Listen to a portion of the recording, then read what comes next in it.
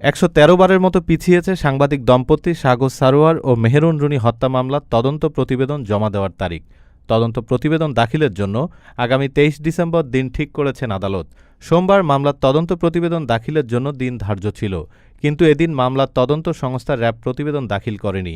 এজন্য ঢাকার অতিরিক্ত chief metropolitan magistrate Mohammad Mahbubul হকের আদালত প্রতিবেদন দাখিলের নতুন এ তারিখ ঠিক করেন।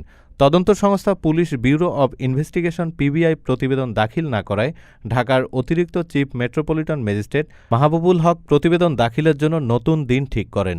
উল্লেখ্য, ২০১২ সালের ১১ই ফেব্রুয়ারি মাছরাঙা টেলিভিশনের বার্তা সম্পাদক সাগর সারোয়ার ও এটিএন বাংলার জ্যেষ্ঠ প্রতিবেদক মেহেরুন রুনিকে হত্যা করা হয়।